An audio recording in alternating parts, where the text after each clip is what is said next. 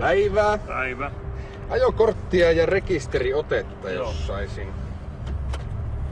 Tuli pikkasen ylinopeutta, en tiedä huomasitko. Jaa, eikö mulla oli kyllä tarkoitus ajaa 100. Joo. Tässä on 40 alueita 60 ajoita. Mihinkä teillä semmonen kiire oli? Niin kato, kun tuolla on koulussa, niin kun mulla on Otto-poika, oma poika koulussa, niin siellä on semmonen vanhempien ryyppäjäisilta. Vanhempien ilta. Ryyppäjäisilta. Niin kun niin harvon pääsee ihan justiin tänäkin vuonna niin ihan ensimmäistä 16. Ensimmäistä kertaa kerkeämässä sinne, niin vähän sen takia lipsahti eikä anteeksi, sori vaan. Joo, tämä ajoneuvo, niin tää on Arja Keräsen nimillä. Joo, tää on mun siskon niin rakastajattaren nimissä, siskon nimissä. Siskon nimissä, joo. Joo, ja tää on kyllä eilen muistaakseni katsastettu, katsastettu.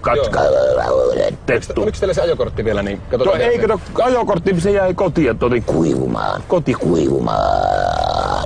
niin. Joo. Ja teillä on tosiaan kiire, niin. On. Katsotaan tällä kertaa tämä läpi sormien. Sanokaa vielä tänne suuntaan, että houde, niin varmasti tuo alkuun.